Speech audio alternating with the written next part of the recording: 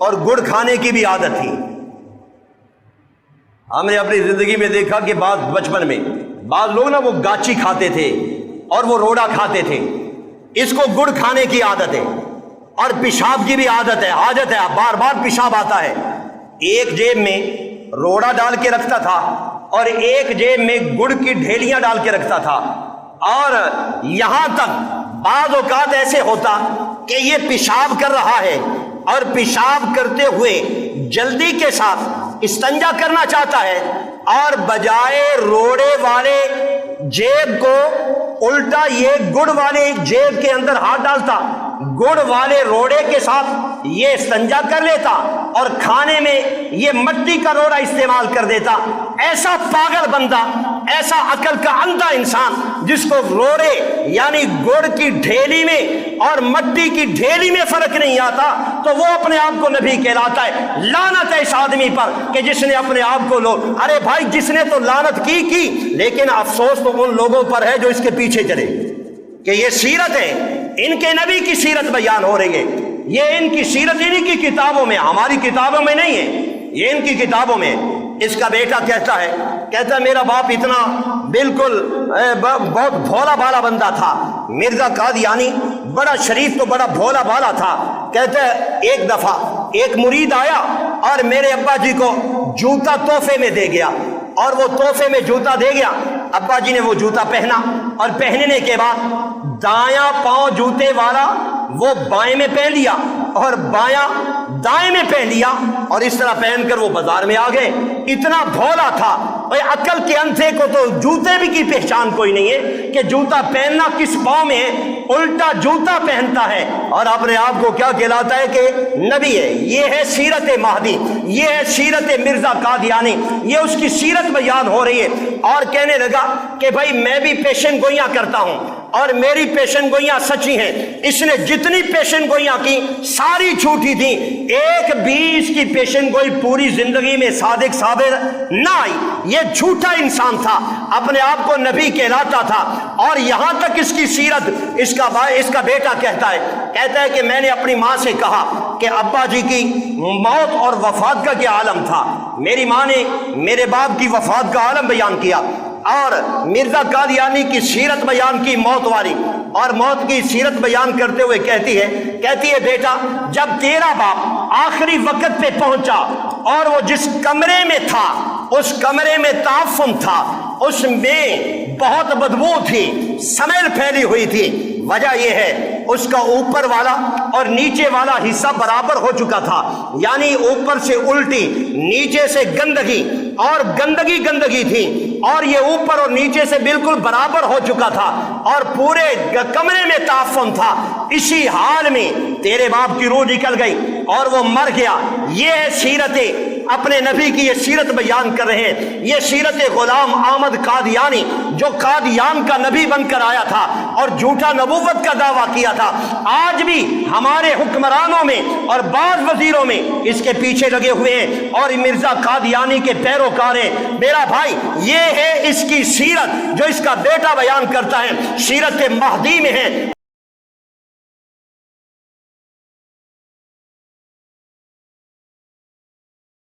سے میرا چاہتا ہوں آپ ہندو سے کاروبار کرے جائز ہیں، آپ سکھ سے کاروبار کرے جائز ہیں، یہودیوں سے کاروبار کرے جائز ہیں، لین دین شیعوں سے کر لے تو جائز ہیں، آپ کسی بھی کافر سے کرے جائز ہیں، عیسائیوں سے کرے جائز ہیں، لیکن نہیں جائز تو مرزائیوں سے کاروبار کرنا بھی حرام ہے، ان سے لین دین کرنا بھی حرام ہے، ان سے سلام کرنا بھی حرام ہے، ان سے گفتگو کرنا بھی حرام ہے، اور ان کے ساتھ رشتہ داریاں کرنا بھی حرام ہے، ان کے ساتھ کھانا پینا بھی حرام ہے، ان کی سلاموں کا جواب دینا بھی حرام ہے، ان کی مصنوعات کو بائیکاٹ کرنا لازم ہے، ان کی مصنوعات کو استعمال کرنا بھی جائز نہیں ہے۔ یہ بات میری اور آپ کی عزت کی نہیں ہے، یہ بات ہے امام الانبیاء کے ناموس کی، بات ہے پاک پیغمبر کی عزت کی، بات ہے رسول انور کی ختم نبوت کی۔ ہمارا یہی عقیدہ ہے، لہذا مرزائیوں کے ساتھ مکمل بائیکاٹ کیا جائے۔ اگر آپ کے آس پاس کوئی کاروبار میں، کوئی تجارت میں کوئی بندہ ہے مرزائیوں کا، ان کے ساتھ سوشل بائیکاٹ کر دیے جائیں، ان کے ساتھ کوئی لین دین نہ رکھا جائے، سلام و کلام بھی ختم کر دی جائے، چونکہ یہاں پر عزت رسول انور کی ہے اور پیغمبر کی عزت کے لیے ہم مسلمان قربان ہونا اپنے آپ کے لیے فخر سمجھتے ہیں۔ رب کریم ہم سب کو سمجھنے کے بعد عمل کی توفیق نصیب فرمائے۔